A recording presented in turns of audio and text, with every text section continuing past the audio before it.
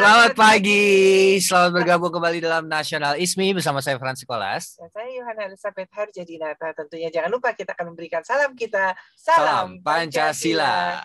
Ya, senang sekali pagi ini kita kembali bersama-sama dalam Nasional ISMI, program kita yang sudah didukung sekian lama, setahun lebih oleh Kementerian Dalam Negeri. Untuk itu kami mengucapkan terima kasih untuk Kementerian Dalam Negeri. Yayasan Bentang Merah Putih. Yayasan Pandu Pemimpin Cinta Bangsa. Nasionalisme Radikal. Tanda Seru.id. IndonesiaPersada.id. Heartland Networking. Dan juga Karena Bahasa Cinta. Ya, senang sekali nih. Selalu setiap pagi diawali minggu pertama hari bekerja, kita selalu dikuatkan dengan nilai-nilai nasionalis. Betul. Dan terima kasih juga untuk Aku Pintar yang sudah mendukung jalannya Nasional ISMI Indonesia Pasti Bisa. Kak Febri, terima kasih sudah mendukung. Sama-sama Kak Frans. Iya. Selamat pagi, Kak. Halo Kak Yul, sehat-sehat ya. Terakhir kamu ada di sini udah cukup lama ya? 2 tahun yang lalu rasanya ya? Betul Kak, awal pandemi itu kalau nggak salah. Awal pandemi ya. Terus Awal pada pandemi. saat waktu itu kita membahas juga Nasional ISMI di bulan puasa. Betul, di bulan puasa. Kaidah puasa ya. Sekarang kali ini, waktu itu partner saya Kak, karena ngomongin nilai puasa Islami. Tapi kali ini beliau jadi narasumber kita nih Kak. Oke, siap. Luar biasa. Gantian ditanya-tanya ini. Buat teman-teman yang belum kenal, Febri ini adalah, walaupun masih muda, ternyata adalah CEO ya dari Aku Pintar. Nah, Aku Pintar itu apa? Nanti kita akan ngobrol-ngobrol ya. Iya. Siap, Kak. Jadi memang kalau kita berbicara dunia pendidikan gitu ya, tidak lepas dari kata pintar. Ya, harus berani menjadi pintar, dari tidak tahu menjadi tahu, tidak kenal menjadi kenal, tidak paham menjadi paham, tidak sayang menjadi sayang, sayang kepada ilmu dan segala macam. Dan Kak Frans, ternyata ilmu pendidikan untuk menjadi pintar itu adalah juga tonggak untuk majunya sebuah negara. Betul. Makanya tema kita kali ini adalah terkait bagaimana pentingnya nilai pendidikan di dalam nasionalisme untuk mengembangkan tonggak kepemerintahan kita menjadi terus maju dan jaya. Tidak hanya untuk Indonesia, tentunya juga untuk internasional. Nah, Aku Pintar ini adalah salah satu apps dari dunia pendidikan ya, yang sudah dientaskan 3 tahun yang lalu ya, Kak Febri, nggak kerasa ya? Betul, 2019, Februari 2019. Waktu itu Kak Ayu juga yang bantuin tuh, waktu di Kemendikbud ya Kak. Iya, nggak kerasa ya, kayaknya udah 3 tahun usianya ya. Itu betul. Lagi lucu-lucunya tuh kalau anak tuh Kak. Oh, iya. Betul juga. Kak Febri ini umur berapa sih sebenarnya? Masih 17 kayaknya ini. Ya, kalau dari mukanya ini. Jangan ngomongin umur. Enggak dong Kak. Ya masih 16 sih. Oh enggak. Udah lebih berumur lagi. Dan jangan salah, beliau diam-diam ini juga udah master register loh. Wow, luar biasa. Hebring pokoknya. Tapi apalah dibanding Kak Iyo ini. Enggak lah, apa bisa dibandingin Kak Frans. Ayo, ya. Oke, segini terus sampai 1 jam berakhir. Kak Febri, ngomong-ngomong soal pendidikan nih. Kalau berbicara mengenai pendidikan di Indonesia, tantangan seperti apa sih? Masalah apa yang dihadapi oleh dunia pendidikan Indonesia? Apa sih yang harus dibenahi supaya seluruh siswa, mau di daerah terpencil atau di kota, itu memiliki kesempatan yang sama untuk mendapatkan pendidikan yang baik? Oke Kak Frans, kalau berbicara pendidikan secara besar tentunya masalahnya, tantangannya saya rasa cukup banyak sekali. Dan mungkin kalau sudut pandang saya, terutama dari kami, dari Aku Pintar, kita tentunya ingin membantu sebenarnya kalau melihat Indonesia itu saat ini kurang lebih ada 60 juta siswa aktif dalam artian tingkatan jenjang reguler ya Kak ya, dari SD, SMP, SMA setara, belum lagi yang nanti di perguruan tinggi. Kalau kita berbicara dari jenjang itu saja, Indonesia ini tidak terpusat hanya di Jakarta gitu Kak, hanya di Surabaya, maksudnya di kota-kota besar tidak seperti itu. Tapi kita terdiri dari ribuan pulau, belasan ribu pulau, di mana ya di masing-masing pulaunya ada pelajarnya gitu. Dan otomatis kalau kita berbicara pemerataan itu, kita perlu men-trigger dengan digitalisasi. Karena apa? Dengan digitalisasi itu kita bisa mencapai loh di pulau-pulau yang lain, di Pulau Seribu mungkin yang di sekitarnya Jakarta, di pulau-pulau yang di daerah Nusa Tenggara Timur dan sekitarnya. Saya rasa memang yang kami kerjakan juga adalah bagaimana membantu pendidikan itu secara digital. Dari yang sebelumnya hanya tatap muka dengan guru, kita juga loh membantu dari sisi teknologi karena kita yakin bahwasanya kedepannya pendidikan itu bukan sesuatu yang eksklusif gitu. Sesuatu yang kalau kita ingin mendapatkannya harus mengeluarkan biaya yang cukup besar. Untuk mendapatkannya kita harus dari keluarga yang cukup berada, tapi kita yakin bahwasanya semua anak dari kalangan manapun, suku manapun, dari daerah manapun itu berhak mendapatkan pendidikan yang sama dengan yang ada di Jakarta, di Surabaya, Bandung dan sekitarnya. Jadi menurut saya sih pemerataan itu dari digital Kak, awalnya begitu. Wow. Nah, kalau alasan Aku Pintar ini bisa tercetus dalam pikiran, katanya dari Kak Febri sendiri ya idenya ya, atau gimana? Iya, betul sekali. Jadi memang nih Aku Pintar, salah ya? Yang ditanya Febri ya? Betul. Baiklah kalau begitu, silakan. Tapi sepertinya Kak Ayu sudah cukup hafal sekali jawabannya. Jadi Kak Ayu ini sudah sering banget mendampingi, membersamai Aku Pintar lebih tepatnya. Aku Pintar terlahir memang awalnya dari kegalauan pribadi sih Kak Frans. Jadi waktu itu saya sebagai anak teknik kimia waktu itu, saya sebagai seorang chemical engineering waktu itu saya lebih sukanya prefer hal-hal yang sifatnya manajemen, manajerial. Waktu itu saya sempat malah bikin bisnis dan sebagainya. Tercetuslah waktu itu bikin sebuah software house, di mana itu sangat berbeda jauh ya Kak ya. Teknik kimia dengan industri di IT kayak gitu. Di titik itu saya memang merasa wah ini jangan-jangan memang saya salah jurusan. Dikuatkan waktu itu ketemu dengan partner yang alhamdulillah sampai saat ini kita berjalan bersama. Anak nakal juga. Pasti Kak Frans kenal, beliau adalah Pak Wijaya. Jadi waktu itu Kak Frans nggak ada angin, nggak ada hujan, saya nggak kenal Pak Wijaya. Beliau juga nggak ada lingkungan yang memperkenalkan, dalam artian kita tiba-tiba ketemu aja kayak gitu. Beliau cerita bahwasanya saat itu putrinya yang pertama ingin masuk ke universitas, tapi beliau juga merasakan kegalauan gitu. Kegalauan ternyata memilih jurusan itu tidak dirasakan oleh siswa aja, tapi orang tuanya. Di sisi lain saya yang merasakan bahwasanya testimoni orang yang salah jurusan gitu, bahwasanya milih jurusan itu nggak gampang loh, nggak segampang oh hari ini aku pengen pakai baju merah seperti Kak Frans atau aku pengen pakai baju biru dongker hari ini, tapi ini sesuatu yang dipakai selama 4 tahun berjalan kuliah atau 3 tahun, setelahnya kita juga menekuni di profesi di sana setelahnya. Akhirnya dari sana masalah ini memang ternyata diamini atau mungkin dialami oleh banyak masyarakat Indonesia. Akhirnya kita coba rilis itu dan alhamdulillahnya memang ada beberapa memang yang oh iya bener ini solusinya seperti ini, jadi ya lumayan membantulah semoga ini. Awal mulanya seperti itu sih Kak. Jadi permasalahan pribadi. Saya bisa relate tuh salah jurusan. Saya juga salah jurusan soalnya. Sampai nggak lulus. Jadi galaunya tuh benar-benar galau, gelisah antara lanjut atau udahan. Aduh. Rupanya galaunya ada singkatan tuh. Gelisah, lanjut atau udahan. Jadi udahan deh saya. Silakan Kak. Kak, berbicara tentang Aku Pintar, ini adalah satu apps yang menjadi salah satu indikator membantu dunia pendidikan saat ini. Karena kita ketahui Cakap Digital juga memakai era digital ini menjadi jembatan dunia pendidikan. Ya. Menurut Kak Febri, seberapa penting sih? Karena gini, perubahan ini buat saya adalah perubahan yang cukup mengagetkan. Jadi tidak siap gitu ya, tapi mau nggak mau harus, jadi kayak tiba-tiba ada tsunami, kita mau nggak mau mesti terima, kita mau tidak mau harus menekuni. Nah, seberapa jauh sih prosesnya pendampingan, penerimaan, sehingga pemakaian digital dalam dunia pendidikan itu bisa dilakukan. Karena kita ketahui, jangankan kota kecil, kota-kota besar aja, mohon maaf banget, mungkin banyak sekali orang yang seperti saya yang masih gagap teknologi gitu loh. Belum lagi suruh ngajar, belum lagi anak muridnya. Kalau murid-murid sih pasti pintar ya, karena dia cepat sekali kan adaptasinya. Tetapi ini orang-orang yang bukan murid, yang pendidik ini, yang memang ada keterbatasan seperti ini. Nah, bagaimana sih sisi seorang CEO dari Aku Pintar melihat ini gitu loh.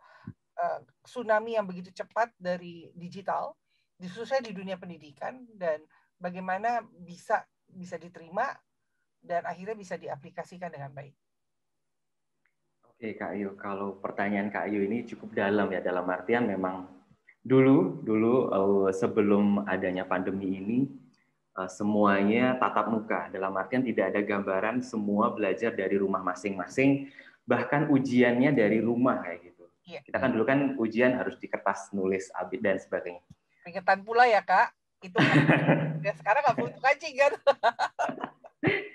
Kalau dulu pakai penghapus Kak, dikasih kayak dadu kayak gitu. Oh, oke. Silakan. Jadi memang itu sesuatu yang apa ya kayak secara tiba-tiba mendadak, dan saya yakin tidak ada suatu negara pun bahkan yang benar-benar siap kayak gitu, karena memang ini suatu insiden ya. Jadi memang kalau dibilang kesiapan, saya rasa sampai sekarang pun kita, mungkin Kak Yu lebih ngerti yang sering mendampingi Bapak Ibu guru. Bapak Ibu guru bahkan di kota besar pun harus selalu kita dampingi, dalam artian teknologi ini bergeraknya cepat, tapi dalam proses penerapan di masyarakat, terutama yang dari sisi mungkin pengelolaan sekolah dari Bapak Ibu guru, itu butuh kita bantu nih Kak. Dari Aku Pintar sendiri, kita sering banget nih Kak ngadain workshop, seminar online, bagaimana sih cara teknologi ini bisa mempermudah pekerjaan Bapak Ibu guru. Bagaimana Bapak Ibu guru bisa menggunakan teknologi dalam artian, karena gini Kak, banyak kemarin kita ngadain seminar-seminar, webinar untuk Bapak Ibu guru. Beliau-beliau ini awalnya itu selalu mengeluhkan bahwa dengan teknologi justru mereka terbebani. Mereka merasa kesusahan. Padahal para kreator di bidang teknologi ini membuat teknologi itu sebenarnya ingin menjawab permasalahan, yaitu harusnya dikerjakan mungkin dalam waktu sejam, cukup dari genggaman tangan mungkin 10-15 menit seperti itu. Nah itu yang perlu kita luruskan mindset-nya, kita mungkin temani lebih tepatnya ya Kak ya, karena Bapak Ibu guru saya rasa juga menjadi objek dalam dunia pendidikan juga, tidak hanya sebagai pengajar dalam artian Bapak Ibu guru, mungkin ada hal mungkin dari sisi kita penggiat di bidang pendidikan, Kak Ayu, Kak Frans, mungkin kita juga bisa loh bantu. Termasuk di acara-acara yang kemarin tuh keren banget tuh Kak, di apa tuh? Indonesia Pasti Bisa ya Kak ya? Itu juga banyak banget tuh Bapak Ibu guru yang terbantu di sana terkait bagaimana cara mengajar secara online, bagaimana istilahnya dari sisi Bapak Ibu guru lebih aware tentang mungkin mental health dari si anak dan yang lain sebagainya. Saya rasa hal-hal semacam itu Kak yang mungkin perlu kita bantu dari sisi private sector seperti itu. Wow. Jadi Aku Pintar ini sebenarnya kalau boleh dijelaskan lebih detail lagi, apps untuk apa nih Kak? Supaya nggak salah jurusan berarti harus sesuai dengan apa? Oke. Jadi biar nggak salah jurusan seperti saya tadi kayak dari teknik kimia menjadi di bidang informatika. Jadi besar harapannya anak sedini mungkin mengenali dirinya. Siapa sih saya? Saya ini tuh cocoknya di lingkungan mana? Saya cocok berkembang dengan siapa? Dan kedepannya saya itu tujuannya kemana sih kayak gitu? Hal-hal yang seperti itu, hal yang mendasar itu yang mungkin jarang didapatkan. Mungkin bagi mereka yang ada kelebihan dalam hal finansial, ada tuh Kak zaman dulu untuk datang ke konselor, datang ke ahli-ahlinya. Tapi kan bagi masyarakat Indonesia pada umumnya itu tidak terlalu terjangkau, dalam artian apalagi yang di daerah-daerah. Untuk sekolah aja kadang masih bingung seperti itu. Jadi Aku Pintar ini membantu adanya assessment digital Kak, secara free. Jadi anak melakukan misal contohnya tes kepribadian. Aku tuh orangnya kayak gimana sih? Tes penjurusan. Jurusan yang cocok buat aku tuh apa sih? Tes kemampuan. Aku tuh mampunya dalam hal apa? Matematika, mungkin dalam hal bahasa, atau interpersonal, dan yang lain sebagainya. Jadi tes di sana nanti hasilnya langsung keluar gitu Kak. Seperti itu. Lalu nggak berhenti di situ, kita juga hubungkan nih Kak. Oke, aku cocoknya jurusan semisal sastra Prancis atau mungkin sastra Korea kayak gitu. Kita juga bantu mencarikan nih Kak, jurusan itu tuh ada di kampus mana aja sih? Jadi kita ada kurang lebih 2.000 kampus yang terlisting dalam platform Aku Pintar. Jadi anak-anak nanti juga bisa nyari-nyari kampusnya, terus mempersiapkan untuk masuk ke kampusnya butuh apa aja, kita persiapkan, ada belajarnya, ada tryout-nya, for free ada di dalam aplikasi Aku Pintar. Bahkan kalau ada keterbatasan di dalam hal mungkin pendanaan, kita juga bisa sambungkan dengan lembaga beasiswa atau pendanaan lainnya, seperti itu. Itu semuanya gratis, Kak? Iya. Betul, semuanya gratis. Ini Kak Yul orang dalam soalnya ya. Betul. Nah, kalau misalnya semua gratis, mohon maaf, cari duitnya dari mana dong? Apakah ini gimana nih? Hitung-hitungannya nggak masuk soalnya. Iya nih Kak, jadi kita paham sekali bahwasanya untuk siswa kita cukup berkomitmen bahwasanya siswa harus kita bantu seperti itu kan. Sehingga bagaimana untuk menjalankan roda perekonomian harus ada ekosistem lain yang mendukung. Contohnya ada kampus, Aku Pintar kampus, ada Aku Pintar guru, ada Aku Pintar sekolah, jadi seperti itu Kak. Jadi untuk siswa sejauh ini nanti Kak Frans bisa deh download, mungkin kalau mau belajar lagi, mungkin belajar SMA lagi mungkin. Aku mau konseling. Aku mau konseling, pengen tahu kekuatan secara pastinya di mana gitu. Soalnya aku tertarik dengan namanya Aku Pintar aja, aku udah tercapture ya, udah kena banget. Karena menurut aku mungkin ya, ini asumsi aku, kenapa namanya Aku Pintar, karena semua anak sebenarnya pintar. Pintar di mananya berbeda-beda. Nah, seringkali dunia pendidikan adalah menyatukan semuanya, menyeragamkan bahwa semua anak tuh harus pintar matematika, semua anak. Jadi ya bahasa simpelnya sih, masa ikan dinilai pintar atau enggaknya dari cara memanjat pohon gitu kan, nggak bisa juga. Betul. Nah, jadi menarik sekali kalau misalnya dunia pendidikan bisa menyesuaikan dengan kekuatan dan juga kepribadian si anak. Ini revolusioner sih menurut saya. Betul sekali. Betul. Kita ambil di Aku Pintar, Kak Frans. Saya mau jadi murid malah. Nanti kalau Kak Frans jadi murid, yang mengkonseling ada Kak Hana. Wah. Coret saya mah langsung dia. Udah sering konseling Kak, curhat-curhat colongan. Aduh. Ini balik lagi nih kan, menariknya adalah gini, tadi pertanyaannya Kak Frans, dari mana uangnya? Lalu ada ekosistem di dalamnya. Betul. Cuma menurut saya gini, kalau tidak ada Aku Pintar dalam tanda kutip ya, akan banyak Aku Pintar dalam nama yang lain gitu ya. Adalah orang-orang yang memang terpanggil untuk memberikan yang terbaik sumbangsi kepada negara sebagai nilai nasionalismenya. Contohnya misalnya ada Gerakan Nakal, ya ada Sabang Merauke, Tangan Pengharapan, di mana memang orang-orang yang ada di dalamnya adalah orang-orang yang memiliki hati nilai nasionalis, yang memiliki talentanya masing-masing dan memberikan yang terbaik buat negara.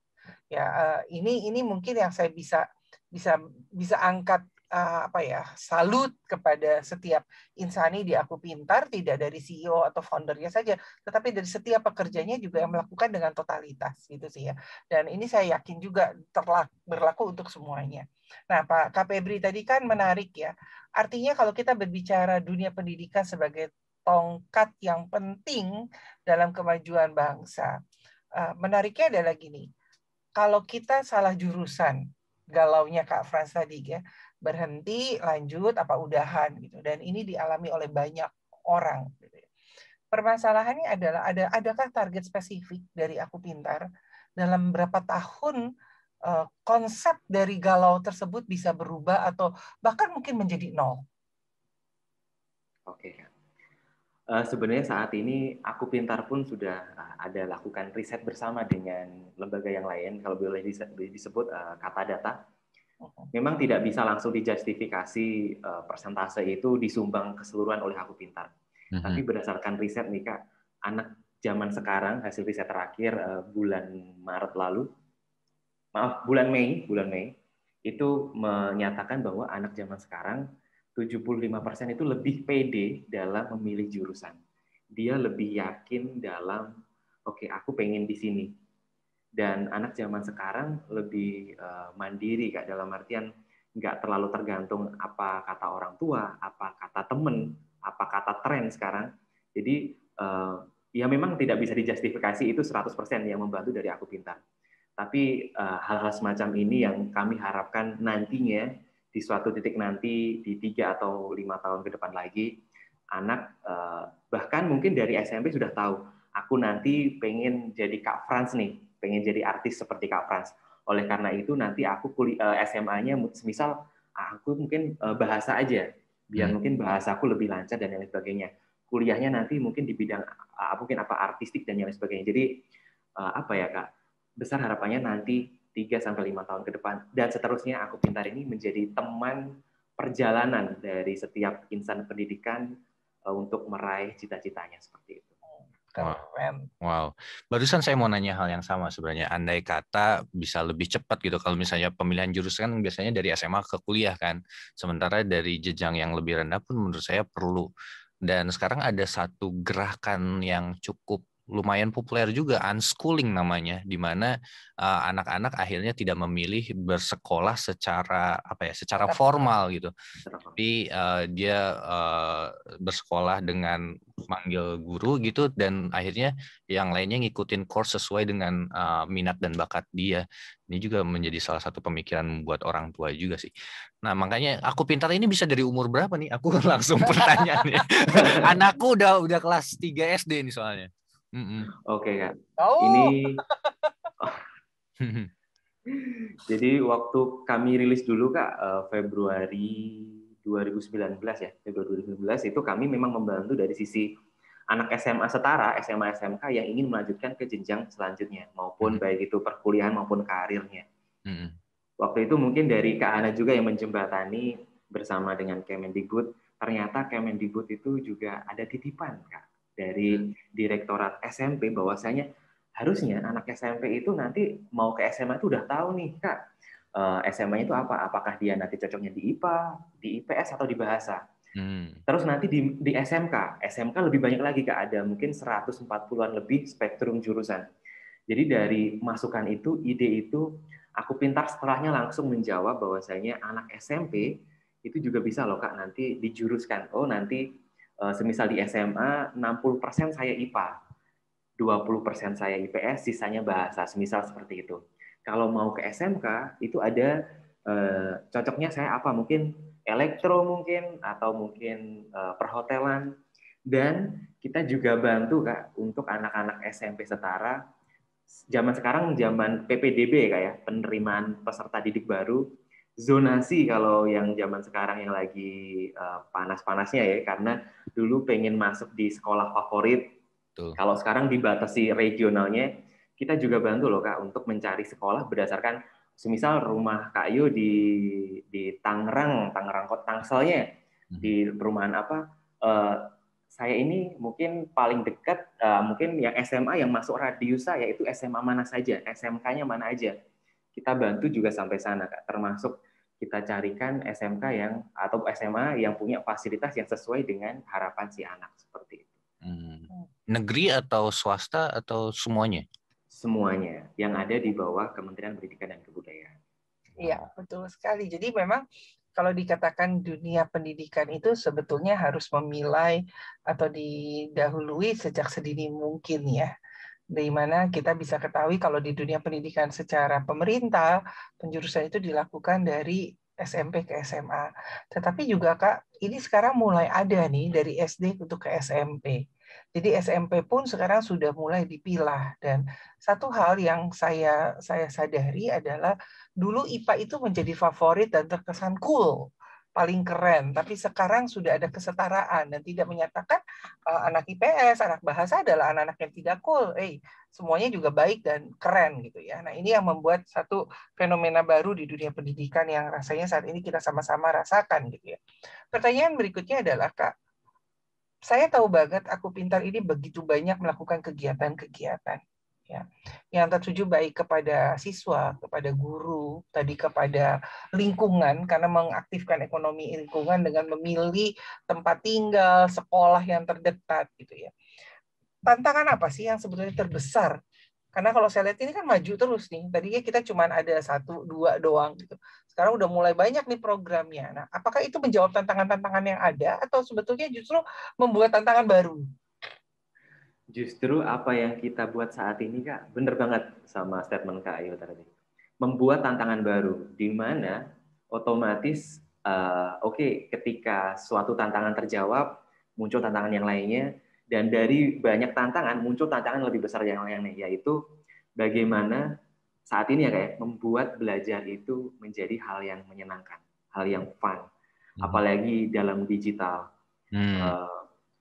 Anak zaman sekarang mungkin putra-putri mungkin dari Kak Yo atau mungkin dari Kak Frans merasakan juga dalam artian belajar online capek, dapat PR, belum lagi penugasan bikin video lah apalah dan selanjutnya. Nah, itu yang saat ini kita menjadi ramuan bagaimana ke depannya merumuskan pembelajaran itu menarik yang harapannya apa ya Kak? Jadi kebutuhan kayak misal kita buka sosmed itu kan udah kayak kebutuhan ya kayak. Kalau nggak buka sosmed itu kayak rasanya tangan gatel gitu. Nah itu yang harapannya pengen kita apa ya Kak? Kejar ke depannya bahwasanya edik itu bukan untuk game aja atau entertain aja, tapi untuk pendidikan. Itu yang keren tuh. Wah, kalau terwujud, wah, visinya udah bagus. Iya dong. Kita dukung. Pokoknya kalau ada yang bisa kita bantu, kita bisa berkolaborasi ya kayak. Siap tentunya. Nah, tadi kalimat yang saya agak gimana gitu ya. Anak Kak Frans, anak Kak Yohana, emang dia belum punya anak gitu? Kok kesannya kita udah orang tua banget? Baru nih, kan? Udah punya anak belum sih? belum. Harusnya jangan dibuka gitu. Ada. Kak Febri, tadi Kak Febri sempat bilang juga kalau pendidikan tuh mahal. Padahal untuk meningkatkan kualitas kehidupan salah satu syarat utamanya adalah pendidikan gitu. Dan tadi salah satu solusinya adalah digitalisasi pendidikan itu sendiri. Apakah itu mungkin untuk daerah-daerah yang kan tetap aja ya mesti bayar ya? Saya kemarin sempat merhatiin sih di luar negeri ada salah satu universitas orang gitu. Dia mengambil beberapa tenaga pengajar dari universitas ternama untuk memberikan materi di situ dan dibagikan hampir secara gratis ya, hampir gitu. Nah, apakah ini bisa terwujud juga di Indonesia atau gimana? Baik, tantangan-tantangan seperti itu memang jawaban yang perlu kita jawab bersama. Oleh karena itu memang seperti kita mungkin Kak Frans, Kak Ayu, kita memang perlu apa ya Kak? Dalam artian membantu, dalam artian pemerintah nggak bisa jalan sendirian kan. Untuk membantu, apalagi mungkin kalau di luar negeri hanya satu kepulauan, dalam artian hanya satu pulau, Indonesia kita terdiri dari belasan ribu pulau, di mana untuk akses ke sana pun tentunya dari sisi pemerintah saat ini tentunya sudah ada BTS bukan BTS yang dari Korea ya kayak. BTS tower harapannya ada pemancar, ada sinyal yang bisa sampai daerah sana. Saya rasa saat ini Indonesia sudah mengarah ke tol laut ya, tol langit kalau nggak salah namanya. Jadi memang saya optimis sih Kak, kedepannya bahkan yang ada di daerah-daerah pun bisa terjangkau, dapatlah sinyalnya, dapat koneksinya. Asal kita juga bergerak bersama dari pemerintah menyediakan infrastrukturnya, dari kita nih seperti kami dari Aku Pintar, dari Nakal dan yang lain sebagainya, membantu mengisi infrastruktur itu dengan agenda-agenda, contohnya dari kami dari aplikasi, mungkin dari pelatihan, workshop dan yang lain sebagainya. Kalau saya sih optimis bisa sih Kak, suatu saat nanti Indonesia setiap pulaunya punya hak yang sama seperti ada yang di Jakarta, di Bandung dan yang lain sebagainya. Amin. Berarti ngomong-ngomong, berarti nanti profesi guru mungkin dibutuhkannya tidak terlalu banyak berarti ya, kalau misalnya sudah terpusat. Beda dong. Nah, ini nih Kak, mungkin Kak Yo lebih tahu. Kak Yo yang mau membantu jawab atau aku yang jawab nih? Kakak dong. Aku pengen tahu benar nggak jawabannya. Habis ini laporan. Ya kan, taruhlah nih, maksudnya saya nanya gini adalah seperti ini pemikiran saya. Mudah-mudahan salah karena guru adalah salah satu profesi yang sangat saya hormati dan sangat berjasa dalam kehidupan saya. Tapi taruhlah misalnya semuanya digital gitu. Untuk materi ini cukup satu guru yang ngajar. Berarti nggak perlu senasional gitu satu guru ngajarin matematika untuk kelas 1 SD, berarti ya untuk kelas-kelas lainnya cukup satu juga dong. Nah, itu gimana Kak? Mungkin kalau dibalikan ya Kak, fungsi secara basic guru, Kak Ayu udah senyum-senyum ini Febri jawabannya benar atau salah ini. Jadi fungsi basic dari guru kan tentunya ada mengajar dan mendidik, Kak. Ya. Fungsi mendidik ini justru menurut saya fungsi yang paling dasar, bagaimana attitude, sopan santun, tata krama, bagaimana daya nalar, itu yang paling besar fungsinya yang ada di Bapak Ibu guru. Bukan hanya sebatas 1 tambah 1 sama dengan 2 dan pelajaran yang lainnya. Jadi menurut saya fungsi dari guru nggak akan terganti, Kak. Sebenarnya guru ini yang nantinya memang tentunya ada challenge-nya ya, tentunya harus catch up dengan teknologi yang ada sekarang. Tapi penggunaan teknologi yang semakin masif, contohnya yang Kak Pras tadi kasih tahu bahwasanya ada pendidikan yang for free, baik itu contohnya Aku Pintar dan yang sebagainya. Justru menurut saya itu justru akan jadi tools atau alat yang digunakan oleh Bapak Ibu guru untuk mempermudah proses pembelajarannya. Tapi sekali lagi menurut aku ya, kayak fungsi mendidik dalam artian cara ngajari sopan santun, etika, daya nalar, daya berpikir kritis itu nggak bisa digantikan oleh mesin, oleh aplikasi maupun sebagainya. Iya, betul. Itu gimana nih, Kak Ayu? Aku udah bener belum ini jawabnya ini? Saya kasih laporan baik. Setuju. Karakter adalah salah satu yang paling penting ya untuk terutama transfer nilai dari sesuatu yang luhur untuk diteruskan ke generasi yang selanjutnya. Nah, biar nggak salah, monggo silakan Kak. Mumpung kita diskusi dari dunia pendidikan kan, biar teman-teman yang dengar juga dapat semuanya gitu. Monggo Kak. Sebetulnya kalau saya sih cuma nambahin aja apa yang Kak Febri sampaikan itu sangat benar gitu ya. Kalau kita lihat itu kan lebih kepada EQ, emotional dan spiritual, itu adanya dari manusia, bukan dari alat. Tapi perlu diingatkan, kalau kita bicara AI, ada kekhawatiran nih kan, nanti semua serba robot, semua serba digital, semua serba. Perlu diingat yang membuat itu basicnya siapa? Manusia. Ya kan. Jadi seberapa pintarnya AI itu berkembang, mau itu robot, mau itu digital, di balik itu tetap ada peran ilmu dan peran manusia. Artinya sebetulnya buat saya adalah tantangan bagaimana kita nih sebagai SDM jangan mentok di situ terus. Tapi harus terus berkembang, harus bertambah. Karena kan ilmu itu berhenti pada saat kita tutup mata untuk seumur hidup. Artinya kita meninggal. Nah ini yang perlu kita ingatkan juga sama-sama. Jadi saya setuju gitu ya kalau misalnya kayak kata Kak Febri bilang, dunia digital ini adalah salah satu alat, tools. Ya kalau roda tuh jari-jarinya kan banyak tuh. Nah, satu doang nih di digital ini. Tapi permasalahan tadi itu, ternyata dunia digital saat ini mau tidak mau dengan perkembangan yang ada, ditambah dengan pandemi tiba-tiba yang semua harus dirumahkan, semua work from home, working from home, schooling from home gitu ya. Sekarang from Bali, Kak. Oh, asik. Masalahnya belum tentu bisa saya kembali. Ya, itu kan adalah yang saya bilang, jadi kayak tsunami gitu. Mau nggak mau ya mesti diterima, ditelan. Dan saya bersyukur banyak peran-peran dunia pendidikan yang pinter-pinter, yang terus diingatkan. Kayak Aku Pintar, ada Kak Febri, Kak Wijaya, ada Karati, personal growth itu banyak sekali kan anak-anak nakal yang dunia pendidikannya memang keren-keren. Dan itu terus menjadi contoh gitu ya. Nah, bertanya nih Kak Febri. Siap. Udah kayak apa gitu. Ini udah aku deg-degan loh, ini udah kayak ujian ini. Tadi kan dikatakan 3-5 tahun harapannya. Ya, artinya kalau kita mempunyai satu goal, cita-cita gitu ya. Kita harus tahu nih langkahnya mesti apa supaya kita dapat cita-cita kita. Nggak bisa kita taruh setinggi-tinggi tapi kita nggak tahu what we have to do gitu ya. Nah, bagaimana sih Aku Pintar menyerap ini sehingga tahu what we have to do-nya is the right path. Ya, jadi bagaimana bahasa Indonesia steps-nya. Ya, itu. Bahasa Inggris itu, Kak. Ini yang dengar ada saingan nggak ini? Nanti ketahuan semua strateginya. Nggak apa-apa kan berbagi ilmu, berkembang lagi. Jadi gini Kak, kata pepatah kan tak kenal maka tak sayang.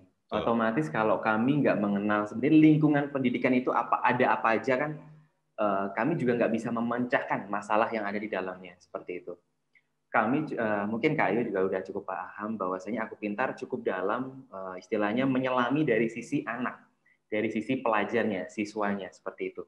Saat ini Kak, kita yang mencoba kejar, kita yang mencoba untuk achieve adalah bagaimana Aku Pintar mulai menyelami dari sisi Bapak Ibu guru, sekolah, kampus. Oleh karena itu akhir pertengahan, lebih tepatnya pertengahan tahun lalu, waktu pandemi berjalan, kita merilis namanya Aku Pintar Guru, Aku Pintar Sekolah, dan yang lain sebagainya. Jadi step yang ingin kami kerjakan adalah mengumpulkan ekosistem itu dan mencoba mencari tahu permasalahan satu demi satu apa sih yang sedang Bapak Ibu guru galaukan, apa yang sedang sekolah permasalahkan, atau mungkin menjadi masalah nih dengan saat ini nanti mungkin akan ada blended learning, sekolahnya offline dan yang lain sebagainya.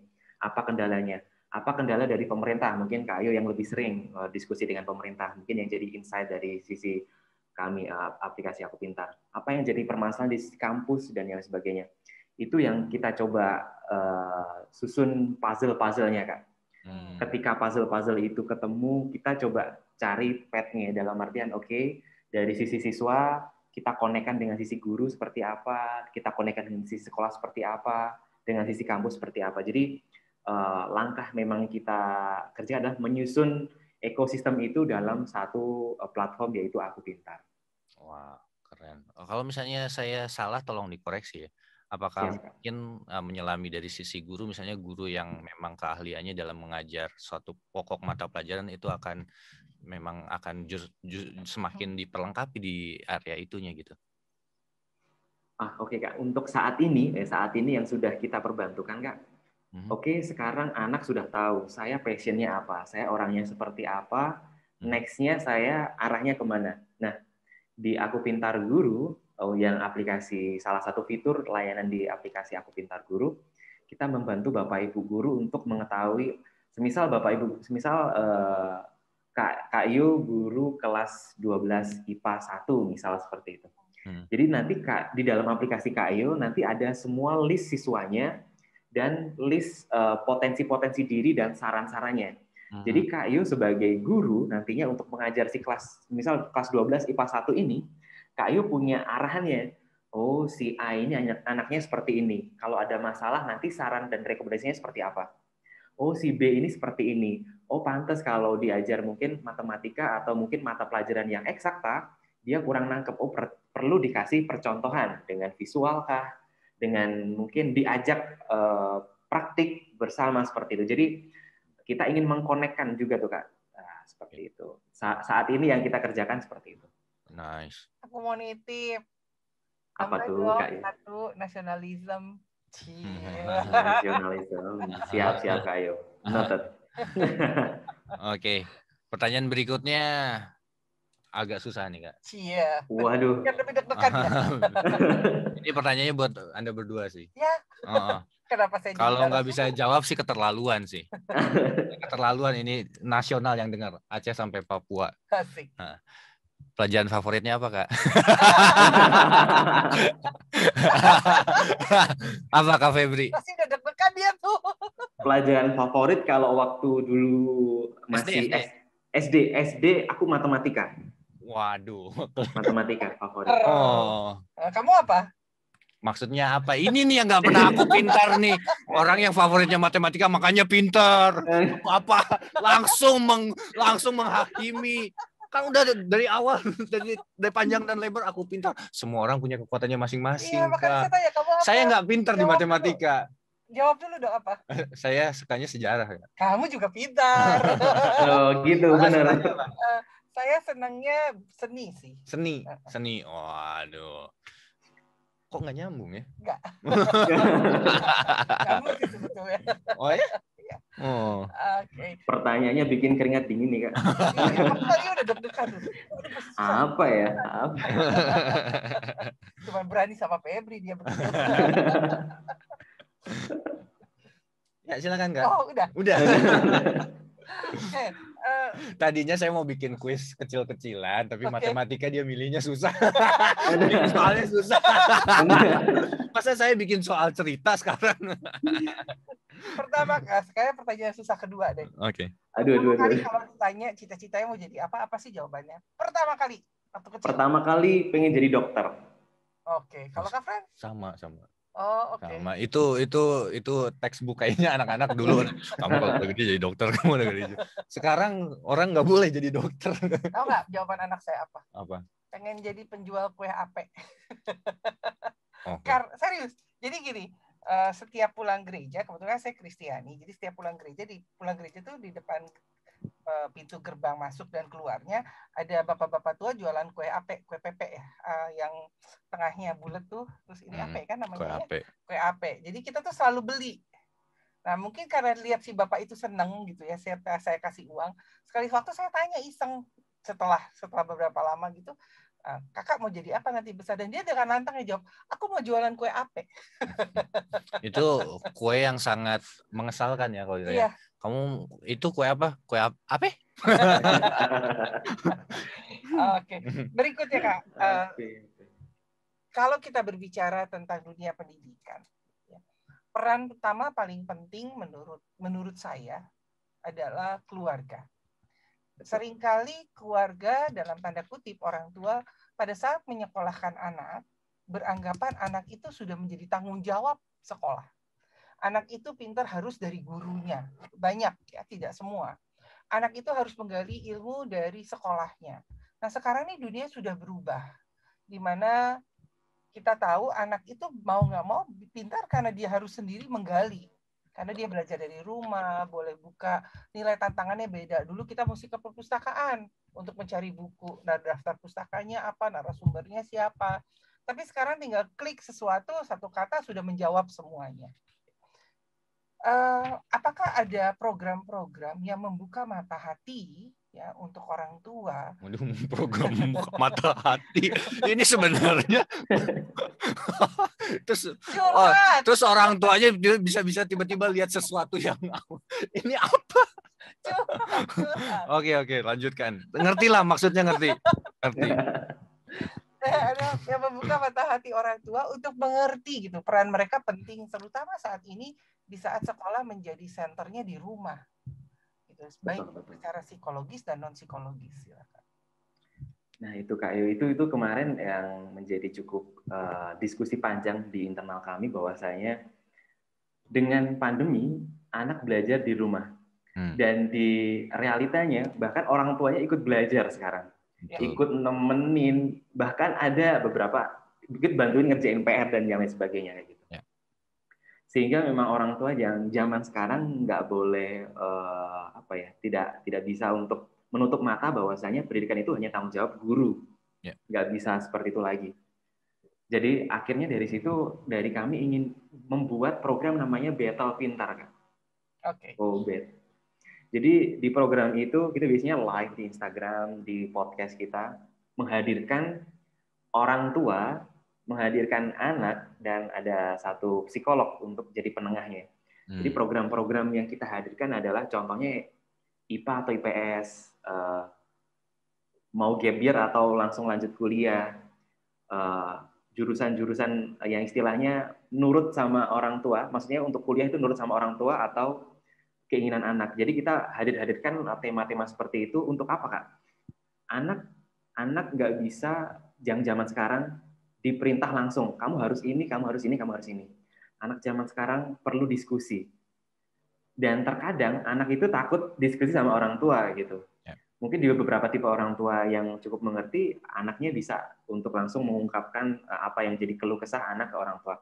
Tapi cukup banyak juga anak yang mau ngomong keinginannya aja sama orang tua kadang takut. Nyari-nyari waktu ketika orang tua sudah lagi di sela-sela istirahat dan yang lain sebagainya. Jadi kita ingin menghadirkan bahwasanya anak zaman sekarang juga bisa loh untuk bersuara, untuk berpendapat dan berdiskusi, bahkan berdebat secara pintar, namanya battle pintar kayak gitu. Jadi di program ini kita ingin semuanya sadar, dalam artian orang tua juga sadar atas tugas dan tanggung jawabnya, anak juga bisa lebih aware lagi dengan kebutuhannya dan nggak malu-malu lagi untuk berdiskusi dengan orang tua. Jadi program itu sih Kak yang kita coba jawab. Ada lagi mungkin program-program tentang program guru pintar, curhat ortu pintar, nah itu yang saat ini kita coba running seperti itu. Wah, keren-keren programnya. One stop shopping. Ayo kapan dong Kak Yo ngisi sama Kak Frans? Misi apa? Siap aja dulu. Ngisi. Setelahnya baru kita tanya di belakang. Ngisi battle, terus argumentasi, terus ditengahin sama psikolog biar dibaca dua-duanya. Oke. Waktunya kapan ya? Iya. Kak Febri, nggak kerasa loh. Udah dikit lagi loh. Kirain baru 5 menit loh Kak. Ini waktunya masih banyak, tapi dikit lagi sama kita. Oh iya. Benar juga. Nah, untuk terakhir kali ya. Pertanyaan terakhir Mas siapa? Boleh, kamu dong, selalu. Kok selalu? Membuka dan menutup kan bapak rumah tangga. Salah ya, kita nggak ada hubungan deh ya. Mau nanya apa? Saya lupa tadi. Sengaja. Harapannya Kak Febri untuk masa depan dunia pendidikan Indonesia seperti apa sih? Harapan besar saya dan tim Aku Pintar adalah ketika nantinya setiap rumah, setiap bilik-bilik atau mungkin apartemen atau apapun itu namanya, setiap anak nantinya punya hak yang sama untuk mengakses pendidikan, sama seperti yang didapatkan oleh mereka-mereka yang ada di kota-kota besar seperti itu Kak. Dan besar harapannya nantinya, apalagi di tahun keemasan Indonesia nanti di 2045, bonus demografi juga Kak, kami mengharapkan mereka-mereka yang nantinya mengisi posisi-posisi strategis, mereka-mereka yang ada di kondisi yang sangat-sangat prima di tahun itu, anak-anak yang sudah dipersiapkan sedini mungkin, dan semoga salah satu yang membantu mempersiapkan itu adalah Aku Pintar. Amin. Semoga semua yang diharapkan dapat terwujud, karena dengan demikian juga membantu dunia pendidikan khususnya untuk kita di Indonesia. Senang saya dengerin Febri ngomong ini. Masa depan Indonesia cerah kalau banyak orang seperti Febri ya. Itu sebabnya dia jadi CEO Pak, bukan kita Pak. Betul juga. Enggak gitu konsepnya Kak. Terima kasih banyak Kak Febri. Sama-sama Kak Ayu, Kak Ofran, senang banget bisa diskusi.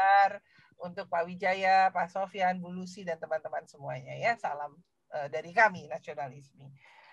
Ya, tanpa terasa nih Kak Fred, kita juga harus mengucapkan terima kasih untuk seluruh yang menyiarkan secara serentak lewat indonesiapersada.id dan juga untuk Kementerian Dalam Negeri. Terima kasih untuk Yayasan Bentang Merah Putih, Yayasan Pandu Pemimpin Cinta Bangsa, Nasionalisme Radikal, Pandaseru.id, indonesiapersada.id, Heartland Networking, karena bahasa cinta. Oke. Dan akhirnya, saya Francisco Las dan saya Yohana Elizabeth Harjadinata bersama Febri. ucapkan salam Pancasila. Thank you Febri. Terima kasih Kak Frans, Kak Yu.